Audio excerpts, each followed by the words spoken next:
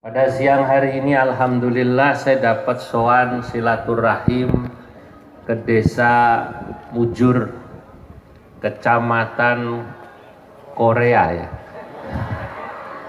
Ah, Korea. Oh, kecamatan Kroya yang terkenal sampai Korea. Ya, kenapa? Karena saya sekitar 4 tahun lalu ke Korea ngisi pengajian di NU Korea. Sampai sana ketemu Kang Dolah Carik gitu. Kang Dolah Carik tadi tuh ya. Ternyata saya tanya asalnya mana? Asalnya Korea. Lah saya jauh-jauh ke Korea ketemu wong Korea. Berarti memang Korea terkenal sampai Korea. Luar biasa. Siang ini walaupun sesungguhnya saya lelah karena Masya Allah kula niku muter terus. Di rumah itu cuma naruh baju kotor, tas ambil baju bersih. Pergi lagi. Kemarin dari Jawa Timur terus muter, besok lagi terbang Jawa Tengah muter. Saya itu Masya Allah kangen sama anak. Jarang ketemu anak. Kadang-kadang saking kangen sama anak itu Bu, malam itu pengen gendong anak, keliru gendong ibunya. Saking kangen sama anak. Ya. Ya Allah. Ya inilah resiko. Kata Pak Kepala Desa tadi, saya ditakdirkan menjadi Wakil Ketua Umum Pengurus Besar Nahdlatul Ulama, masih ditambahin pusat. Ya, kalau di NU itu Pak Kepala Desa ya Pengurus Besar Nahdlatul Ulama. Biasanya nggak perlu ditambahin pusat, apalagi nasional. Ngurusi NU yang luar biasa. NU ini sangat besar Pak Jiwartono. Cabangnya di Indonesia saja ada 540-an. Belum di luar negeri. PCI NU seluar negeri, termasuk yang tadi di Korea itu. Ya. Belum lagi Banom, ada Muslimat, ada Ansor, ada Fatayat, ada Ibnu, ada IPP NU, ada Pagar Nusa, ada Ishari. Belum lagi lembaga-lembaganya, Masya Allah. Makanya kalau orang yang sudah tahu betapa besarnya NU, itu tidak akan pernah berani meremehkan NU. Kalau ada orang yang berani meremehkan NU, berarti yang bersangkutan tidak paham kebesaran Nahdlatul Ulama. Lah orang Islam di Indonesia itu jumlahnya Bapak Ibu kurang lebih 240, ada yang bilang 230 juta. Dari 230 juta katakan itu kurang-kurangnya, atau 235 juta yang NU, jelas-jelas NU kayak orang desa Mujur itu jumlahnya ada 120 juta sing jelas NU Pak. Ya. Yang pecinya NU, yang seragamnya hijau Muslimat, yang nanti kalau malam Jumat berzanji atau yang mereka nggak ya selawatan. Oh itu 120 juta. Belum lagi orang yang ngaku NU, walaupun kalau bulan puasa nggak puasa. Walaupun kadang-kadang belum sembahyang, termasuk masih mabok Pak Kapolsek. Kadang-kadang maaf saya lupa nyebut Pak Kapolsek, Pak dan Ramil gitu. Ya tapi tidak masalah, memang itulah dakwah NU. NU itu semua didakwahi. Karena NU didirikan dulu oleh para muassis pendiri NU dalam rangka kecintaannya pada negerinya dan tanggung jawabnya kepada peradaban dunia. Makanya Masya Allah kalau kita lihat lambang NU, endi ke lambangnya kok laka ya? Hah? Nggak ada ya? Oh itu. Coba lihat tuh lambang NU. Lambang NU itu ada tulisan Arab ya, Nahdlatul Ulama, ada bola dunia, ada bintang berapa? 9. Itu dotnya NU, dot melewati dunia. Ini artinya NU didirikan bukan hanya untuk NU, yang pahamnya Ahlus Sunnah buat warganya di Indonesia. Bahkan Nahdlatul Ulama didirikan bukan hanya untuk warga Indonesia. Nahdlatul Ulama dengan lambang itu oleh para pendirinya memang tujuan didirikannya untuk keindahan, keharmonisan, dan perdamaian dunia. Itu NU. Makanya PBNU sekarang bagi tugas. Ketua umum nih Gus Yahya keliling dunia Pak. Nanti kita akan mengadakan Bapak Ibu namanya R20, Religious 20. Saya ngerti nih ibu-ibu manggut-manggut tapi janjane ora paham. Pokoknya manggut-manggut bae sampean ya. Wis ben ketok paham kaya kowe. Ya.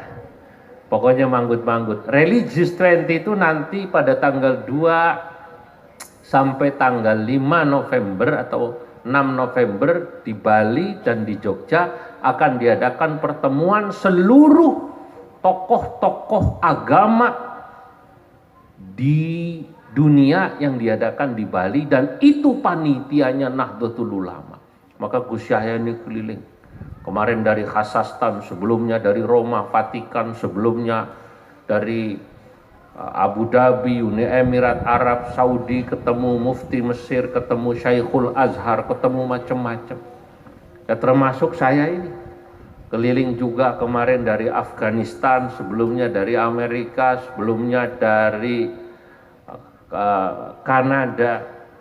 Kita menyampaikan bahwa NU ini ingin melihat dunia hidup dalam kedamaian, peradabannya penuh keharmonisan, saling menghargai. NU selalu mengatakan jangan pernah gunakan agama sebagai alat untuk mendapatkan kekuasaan, sehingga kemudian mereka menggunakan politik identitas agama. Orang yang tadinya rukun gara-gara digunakan sebagai alat untuk mendapatkan kekuasaan pada musuhan. Belum lama dulu kita ingat ada kampret sama cebong.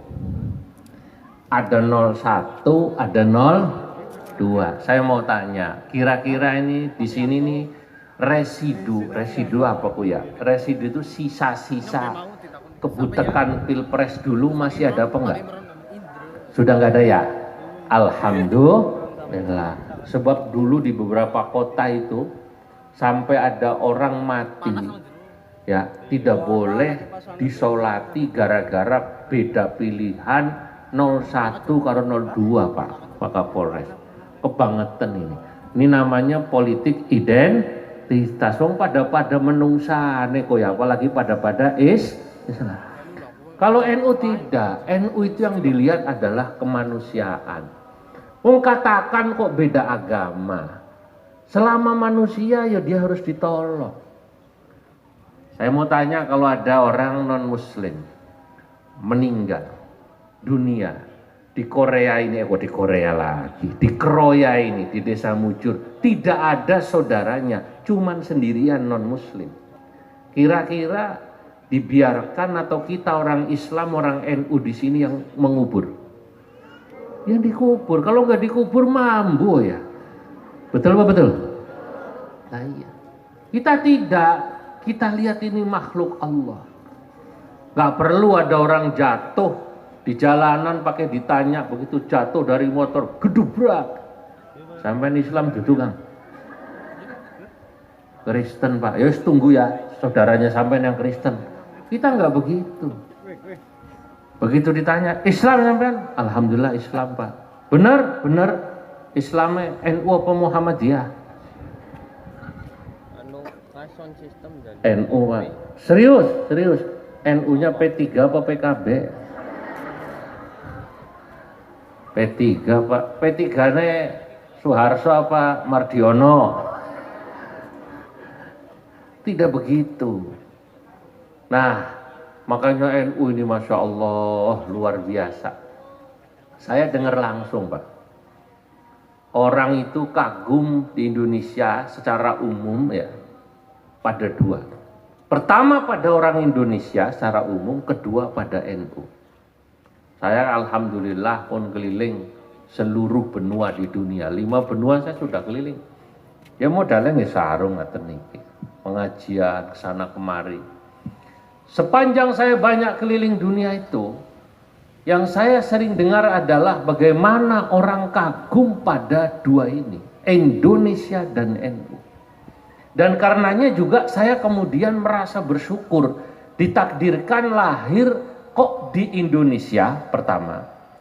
Kedua, saya ditakdirkan lahir jadi warga NU. Jadi orang Indonesia itu harus disyukuri. Maka jangan pernah Bapak Ibu ada orang Indonesia justru membuli negerinya sendiri, membuli kemudian pemerintahnya sendiri. Kalau pejabat pemerintah kan boleh datang dan pergi, tapi pemerintahan Indonesia, negeri Indonesia akan tetap ada insya Allah ila yaumil qiyamah. Allahumma amin. Maka saya marah Pak Kapolres atau Pak Kapolsek, kalau ada orang membenci Polri hanya karena Jenderal Rambo itu. Kenapa? Oh iya itulah pokoknya ya. Kalau cuman karena itu, nah itu oknum. Polisi yang baik-baik, Masya Allah, masih sangat banyak. Daras apa badan? Enggak. Wah ini beliau-beliau saya ini. Kalau ada orang kok bilang TNI, kok benci sama TNI atau ASN, pemerintah, polisi dianggap togut halal darahnya. Kata saya ini orang ini kurang piknik Pak Wartono. Kalau dia sudah piknik, banyak pergi, dia bersyukur. Indonesia karena TNI Polri, alhamdulillah aman dan damai. Betul? Bapak Ibu, anaknya bisa sekolah, bisa ke pasar, bapaknya bisa mergawe, ke sawah, dagang, kerja. Itu karena Indonesia aman dan damai. Aman, TNI-nya menjaga pertahanan negara, Kamtibmasnya dijaga oleh Polri. Kula niku saking Afghanistan. Warga Afghanistan itu nangis, 40 tahun perang terus, Pak. Kula seminggu ten Kabul, belum lama 2 bulan lalu. Saya lihat Masya Allah orang sana itu 80% melarat. Jadi kalau tadi kepala desa cuma cerita ada jalan yang nggak halus, ya karena kemarin dana yang mestinya buat jalan nggak bisa cair gara-gara COVID, ya itu masih belum apa-apa Pak Kepala Desa. Secara umum Indonesia ini makmur, alhamdulillah. Ya. Kalau kemudian katanya di sini ya ada orang kehilangan motor, adalah kemudian sedikit keributan antar ya 1-2 orang, antar 1-2 kelompok, itu dibanding beberapa negara yang tadi saya ceritakan mau jauh. Mengkulo saking Amerika ya. Di Amerika pas saya ke sana itu ada orang bawa tembakan Pak polisi. Masuk sekolahan bisa bebas nembaki wong ya. Dar dor sing mati 50 kurang luwih. Pas saya di Amerika. Kenapa? Ya karena orang sana merasa hak asasi, punya senjata, bebas kemudian mau menembaki orang. Sampai nggak bisa bayangin. Alhamdulillah Indonesia aman. Alhamdulillah Indonesia damai. Ribut ya ada tapi dikit. Kenapa ya? Karena memang secara umum saya lihat orang Indonesia itu cinta damai. Kalau nggak percaya ada orang naik motor nggak bawa helm, nggak pakai SIM, nggak bawa SIM, diberhentikan oleh lantas. Saya mau tanya, orang sini kalau diberhentikan lantas nggak pakai helm, nggak bawa SIM, kira-kira ngajak berantem apa ngajak damai? Nah kan bener kan. Berarti orang Indonesia rata-rata seneng apa namanya? Nah, kalau di sana berantem Pak. Lah kalau dikuntung kok pas pulang dari Afghanistan nggak lama ada bom, masya Allah, saya sedih. Lah ini saya ceritakan supaya kita ini satu orang Indonesia itu harus bangga dengan Indonesianya. Saya bilang saya keliling ini Indonesia muter Pak, nggak berhenti tiap minggu, seminggu itu cuma 2 hari di rumah saya, taruh baju kotor, ambil tas, pergi lagi. Tapi semakin saya keliling Indonesia, semakin saya tahu Masya Allah kita harus mencintai Indonesia ini. Makanya saya sering bersenandung gawe syair. Ahbibi Indonesia ala nafasatihi tanawwa'at firaquh muttahidun qasduhu amnun sa'idun bahijun fi hayatihimi ba'dun li ba'din 'alal amri yudafiruhu da'amallahu lisya'bi wal amiri mada yajri sahabu thiqalu wal amtaru lahu. Ahbib bi Indonesia, cintailah olehmu negerimu Indonesia, ala nafasatihi, karena keindahannya. Bagaimana tidak indah Indonesia itu Bapak Ibu? Tanawwa'at firaquh muttahidun qasduhu. Indonesia ini begitu beragam, multi etnis, multi suku, multi budaya, beragam sukunya, beragam budayanya, beragam etnisnya, bahkan juga beragam agamanya, tradisinya, tapi muttahidun qasduhu, mereka bisa hidup damai. Mereka punya tujuan yang sama, ingin hidup di Indonesia. Tadi saya cerita nggih tentang Afghanistan niku mayoritas Islam. 98% Islam. Hampir 99. Nggih, cuman sedikit ada tiang Hindu, sedikit. Sukunya cuma ada 6 Pak. Tapi ribut terus. Delalah ya diadu domba mau. Cuma 6 ya. Lah kita mulai keliling nih gue lihat ini bahasa apa? Ini bahasa Mandar kalau di Sulawesi. Mandar beda sama Bugis. Ini beda lagi sama Bone. Ini beda lagi. Ya Allah. Lah sama-sama di Jawa Tengah aja bahasa Jawa beda ya. Jawa Tengah ini sama-sama Jawa lah. Jawa Tengah, Jawa Timur, sama-sama Jawa lain. Kemarin saya dari Jember Selatan, Kencong. Orang daerah sana kalau bilang jalan embong. Embong. Kalau temerikin apa ratan ya? Napa? Gili ya. Mereka embong. Nah, kula nembong. Tuh, sama-sama Jawa. Ya. Kalau orang sana kepriye, orang sini kepriwe. Betul ya? Ada lagi kepriben, ada lagi piye. Kan gitu ya? Piye kabare, ada piye anak kepriwe, anak kepriben, angel. Nah, ini keprimen anak maning keprimen ya. Nah, itu sama-sama Jawa. Nah, tapi kita bisa rukun, Pak. Saudara-saudara, Bapak Ibu, maka alhamdulillah kalau panjenengan ini NU, Pak. Kalau setiap acara Pak Kapolsek, Pak Dan Ramil ya, pasti itu tidak pernah lupa mengundang aparat pemerintah. Kenapa ya? Karena NU isi pengajiannya pasti akan memperkuat negara. Beda dengan mungkin sebagian aliran-aliran Islam yang datang baru ini. Yang tidak punya rasa cinta pada negaranya. Tidak punya rasa cinta pada watonnya, tanah airnya. Nggak ada yang namanya hubbul waton minal iman. Kalau kita dari kecil mencintai negara dan mencintai agama, diajarkan dalam satu tarikan nafas. Makanya di NU biasanya kalau acara resmi, saya tidak tahu kalau tadi, kalau yang resmi acara PB resmi pasti satu lagu Indonesia Raya, kedua lagu Yalal Waton itu, Pak. Sebab ada Bapak Ibu, belakangan ini orang yang datang bawa aliran-aliran baru datang, itu buat mereka menjadi orang Indonesia itu bukan kebanggaan. Buat mereka menjadi orang Indonesia itu hanya kebetulan, Pak, katanya. Oh, yang penting saya Islam. Yang penting saya Islam. Kalau saya jadi orang Indonesia hanya kebetulan saja saya dilahirkan di Indonesia. Loh, kata dia lahir di Indonesia itu kebetulan, Pak.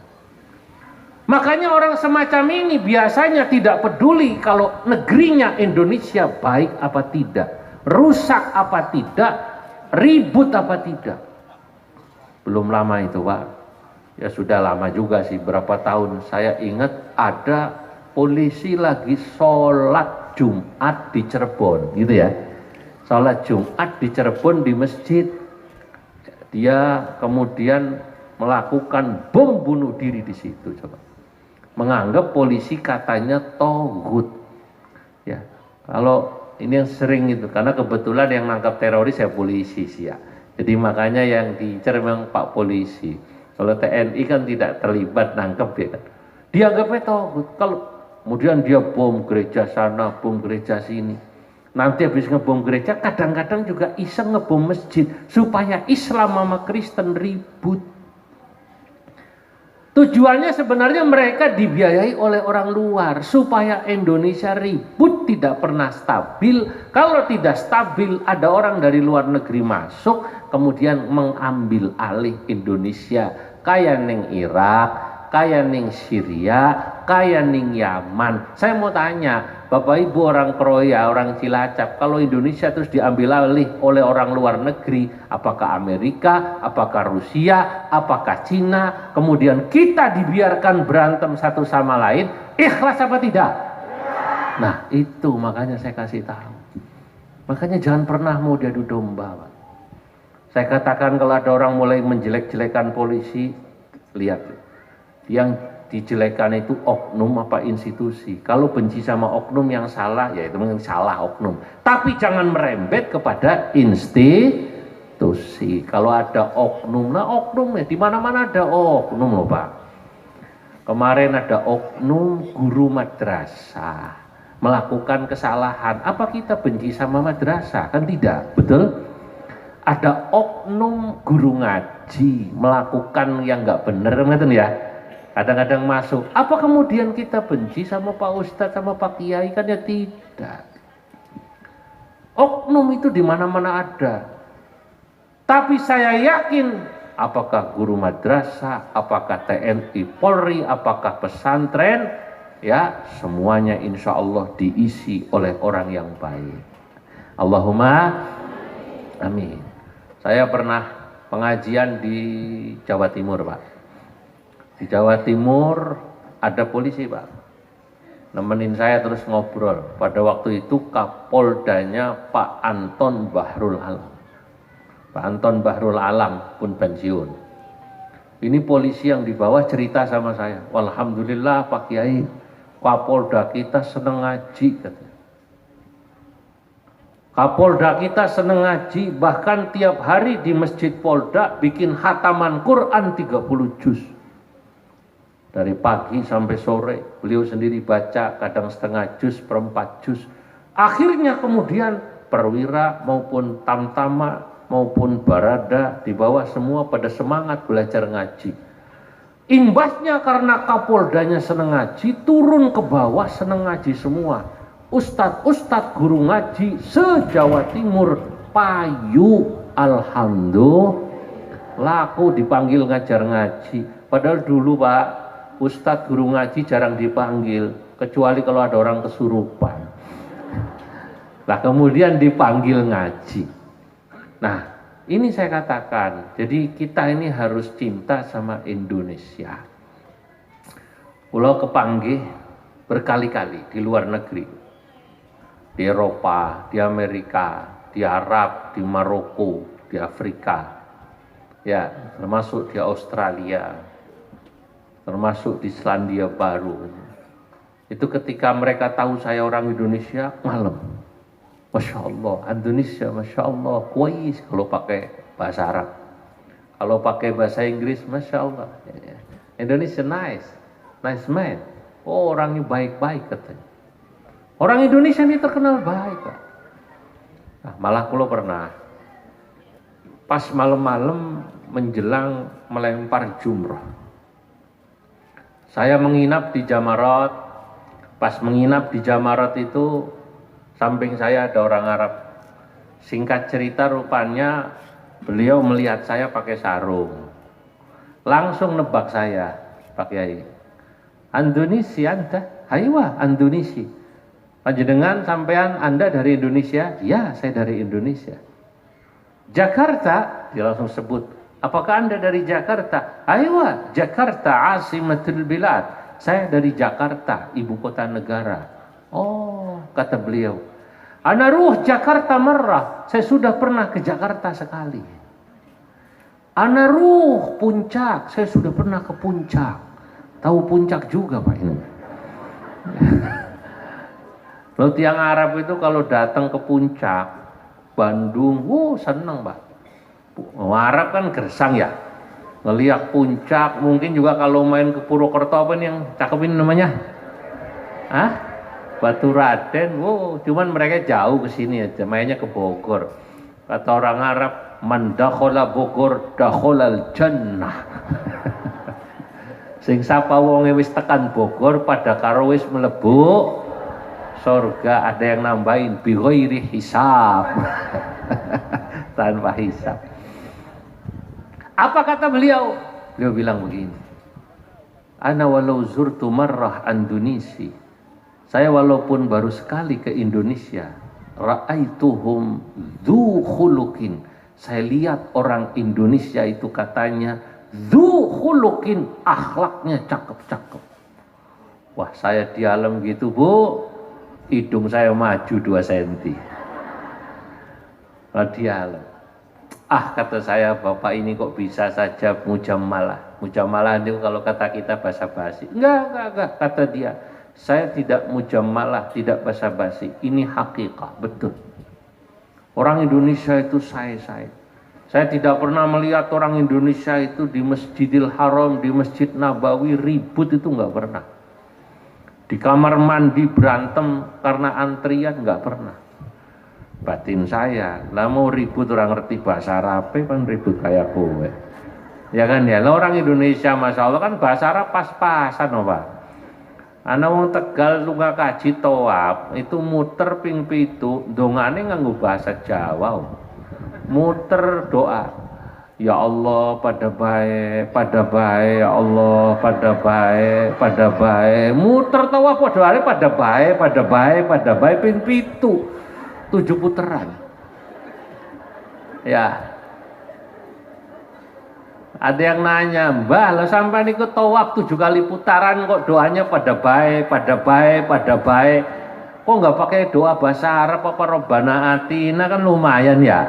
Robbana atina fid dunya hasanah wa fil akhirati hasanah wa qina adzabannar. Muter kok doanya pada baik katanya.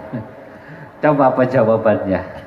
Kata simbah ini yang pergi haji orang Tegal, lah kayak wong pada donga ke bahasa Arab sing macem-macem, sing dawa-dawa ke nyong ngerti ke pasti doane isine apik. Nyong maksudnya njaluke pada baik kayak kowe. Apa ora canggih coba? Nyong maksudnya njaluke pada baik kayak kowe, masa ya malaikat ora paham. Ajib yang Tegal akil dilawan ya. Nah, orang Indonesia bahasa Arab pas-pasan no. Ya. Orang royak keluar dari masjid. Begitu keluar dari masjid ditawari kudungan. Kalau yang laki-laki ditawani sorban. Hajjah, khamsa real. Sing lanang haji, khams real. Dilihat tangannya, 5. Mau nawar 2 real, Pak polisi bingung bahasa Arab. Mau nawar 2 real bingung, untung inget sembahyang subuh. Kata dia, wan, rakaataini.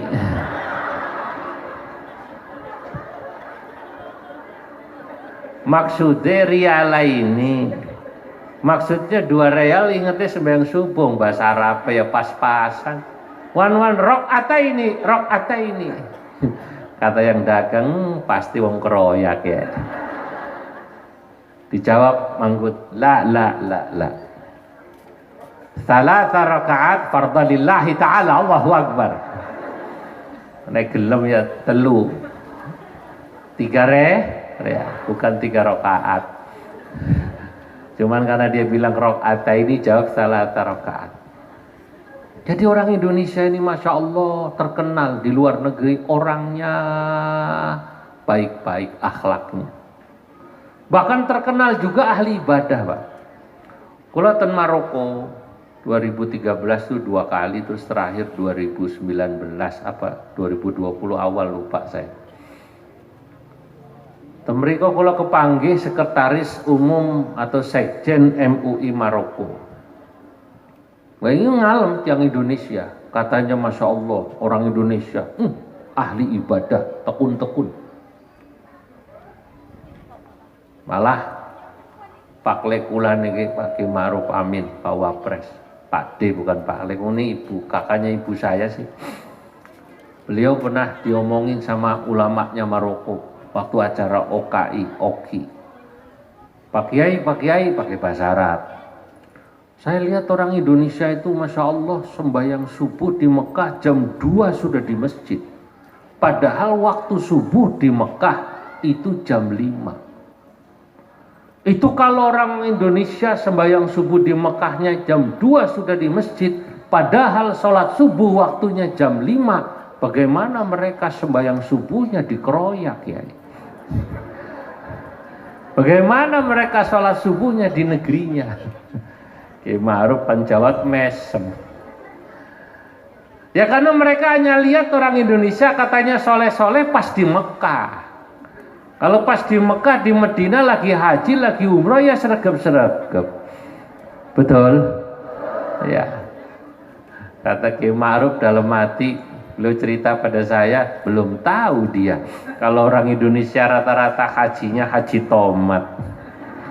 Haji tomat kue lungane tobat baliknya kumat. Ya kecuali insya Allah warga Mujur. Kalau warga Mujur Kroya insya Allah memang soleh temenanan, amin. Ini dari wajahnya Pak Jiwartono ya, ini dari wajahnya kan kelihatan rata-rata Al-Quran di luar kepala semua ini. Di luar kepala semua udah. Kepala nangendi, Quran nangendi ya. Alhamdulillah.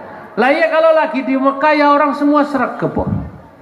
Oh Masjidil Haram. Siapa orang yang tidak merasakan atmosfer kenikmatannya? Lah kita itu orang dari asar kuat sampai isya nggak pulang kalau di Mekah, Pak. Kadang-kadang juga ada orang kalau lagi di Mekah, Madinah, Masjidil Haram, Masjid Nabawi, dari zuhur sampai isya nggak pulang ke hotel. Kenapa? Saking nikmatnya, pertama ibadah, kedua saking orang duwe sangu. Daripada saya keluar katanya nanti kepengen beli ini beli itu, mendingan di dalam masjid. Kalau lapar minum air zam-zam, kalau lapar minum air zam-zam. Tapi memang beda, Pak. Pertama memang ada fadilah al-muta'alliqah bimakaniha, ada ibadah yang terkait keutamaan tempat. Ya memang Masjidil Haram, Masjid Nabawi ada kaitan itu.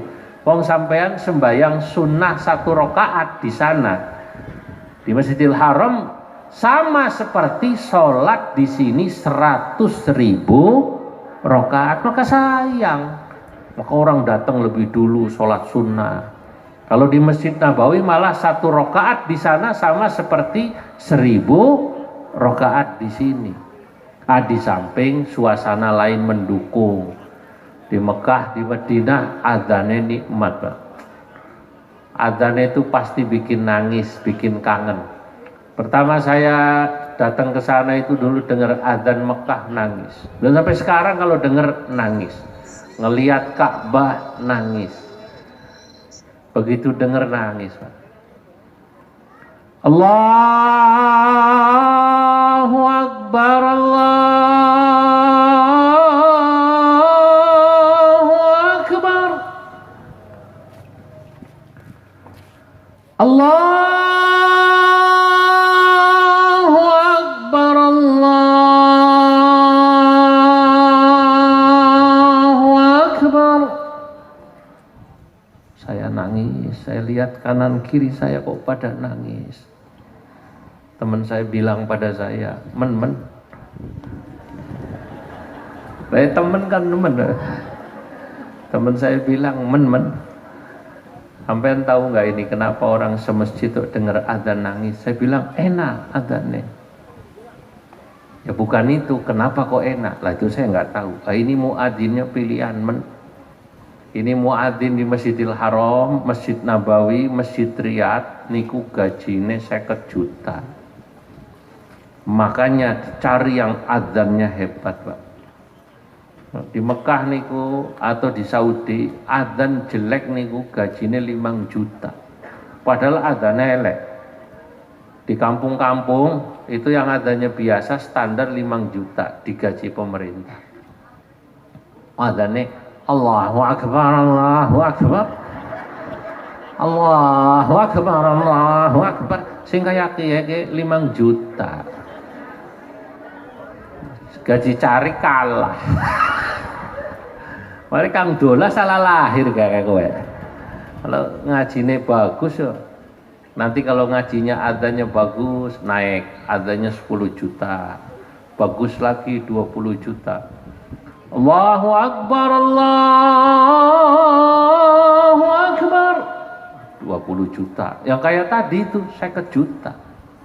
Makanya beda, adzannya penuh penghayatan. 50 juta sih ya. Saya mau tanya Pak Wartono, Masjid Purnawirawan gajinya pira kok muadzine? Ya. Lamun ora digaji kadang-kadang gue adzane penuh pengharapan. Saudara-saudara, kalau di sana memang luar biasa. Ibadah itu nikmat karena atmosfer, belum lagi imamnya. Mbak Imam Masjidil Haram, Masjid Nabawi nikmat-nikmat tuh. Iku gajine sing senior sampai 400 juta. Sing anyaran 200 juta. Makanya ngimamin 1 juz 2 jam lakalaline. Sholatnya khusyuk gak keganggu. Kalau kita kan imam sembahyang eling, ya Allah berasente. Anak jaluk bayaran sekolah. Kalau di sana enggak, gajinya bayarannya negara itu cukup. Begitu takbir khusyuk, Allahu Akbar, 400 juta. Nikmat nih. Saya umroh Ramadan itu beberapa kali. Itu saya perhatikan, ya Allah ini kok imam ngimami Ramadan nggak ada lupanya, Pak. 1 juz dari mulai 8:30 sampai jam 11:30. Nanti dilanjutkan sholat witir dari jam 1 sampai jam 3. Nikmat itu. Allahu Akbar. Selepas Fatihah baca ayat sing panjang. Wa idh qala Ibrahim rabbi ij'al hadzal balada aminan wajnubni wa baniya an na'budal asnam. Rabbi innahunna adlalna katsiran minan nas. فَمَنْ تَبِعَنِي فَإِنَّهُ مِنِّي وَمَنْ عَصَانِي فَإِنَّكَ غَفُورٌ رَحِيمٌ. ربنا إني أسكنت من ذريتي بواد غير ذي زرع عند بيتك المحرم ربنا ليقيموا الصلاة فاجعل أفئدة من الناس تهوي إليهم وارزقهم من الثمرات لعلهم يشكرون. Nah, saudara-saudara, Bapak Ibu, kalau tadi saya bercerita bagaimana orang-orang itu memuji ya orang Indonesia ibadahnya, ternyata mereka melihat kita ini katanya ahli ibadah baru melihat di Mekah, di Madinah, belum main ke desa Mujur. Saya mau tanya, kira-kira kalau orang Arab, orang luar negeri main ke sini, dia kaget karena orang sini ibadahnya lebih hebat apa lebih melempem? Lebih hebat apa lebih melempem? Nah, saya berharap insya Allah di sini mereka akan lebih kagum karena melihat orang Indonesia, khususnya wong Kroya, khususnya maning wong desa apa ke?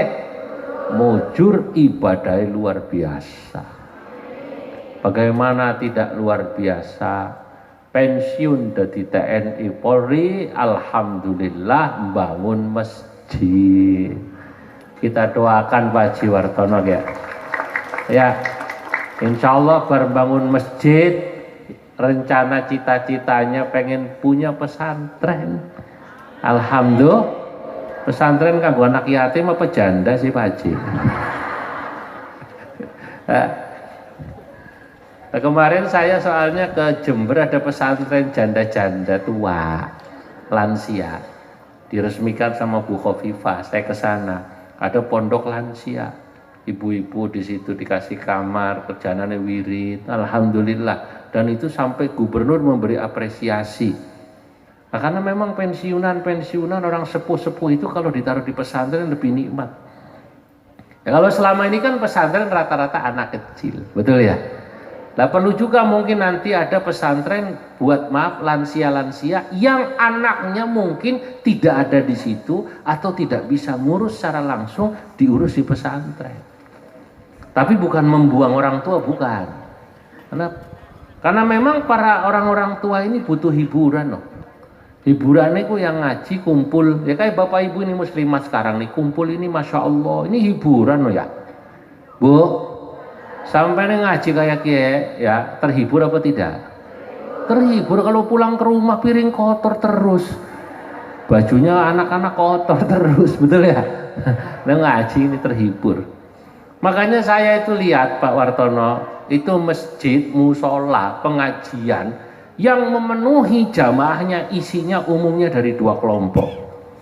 Pertama, pensiunan, wong tua maksudnya. Nomor dua, wong pada susah. Adapun pensiunan atau yang tua-tua, maklum, ya sudah menjelang maghrib, maka ibadahnya tekun. Alhamdulillah. Coba itu ada orang di masjid menjelang subuh selawatannya ngenes, nunggu subuh. Senajan urip duit pas-pasan, sing penting atine kebaiman, iki nasibe wong pensiunan, uripe ayem dununge aman, uripe ayem dununge aman. Ya Rasulullah, salamun alaik fi asyani waddaraji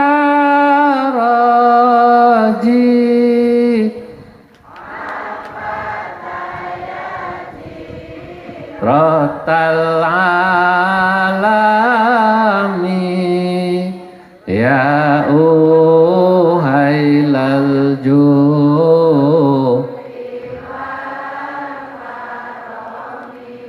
ya uhailal judi wa.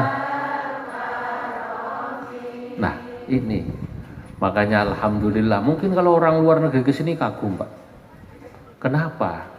Sebab kok ada orang yang tergabung dalam sebuah kelompok organisasi membantu pemerintah nyantunin anak yatim, membangun pendidikan, membangun rumah sakit. Ini sebenarnya kan tugas pemerintah. Betul Pak? Betul? Nah iya Pak. Anak yatim, janda, miskin semuanya itu kan dalam undang-undang dasar negara dijamin oleh siapa? Pemerintah. Cuman karena pemerintah belum sanggup semuanya, alhamdulillah kurang apa baiknya NU kayak gue. Itu tugasnya pemerintah diwangi oleh masyarakat. Sekali lagi, kalau NU Bapak Ibu kok di negara ini dihormati, bahkan apalagi sesudah merdeka mendapatkan banyak perhatian dari pemerintah, Kapolsek hormat hadir acara NU dan Ramil hadir, Bupati, Camat semua hadir, wajar. Kenapa? Karena warga Nahdlatul Ulama banyak membantu pemerintah atas tugas-tugas kewajiban yang semestinya adalah tugas dan kewajiban pemerintah, tapi dibantu oleh Nahdlatul Ulama. Kenapa kok NU begini? Ya karena memang NU cinta Indonesia. Karena cinta Indonesia maka ini rumah kita. Indonesia ini rumah kita Bapak Ibu. Di sini kita dilahirkan, kita minum air Indonesia, kita menghirup udara Indonesia, bahkan insya Allah kita akan mati di Indonesia. Ini baru yang pertama kenapa saya katakan saya bangga, kagum pada Indonesia. Insya Allah nanti kita lanjutkan nanti malam di sini lagi ya pengajiannya ya. Ya kita lanjutkan pada ngaji nanti malam pada sesi kedua. Moga-moga diberi umur panjang, sehat, kita bisa kumpul kembali. Wallahul muwaffiq ila aqwamit thariq. Wassalamualaikum warahmatullahi wabarakatuh.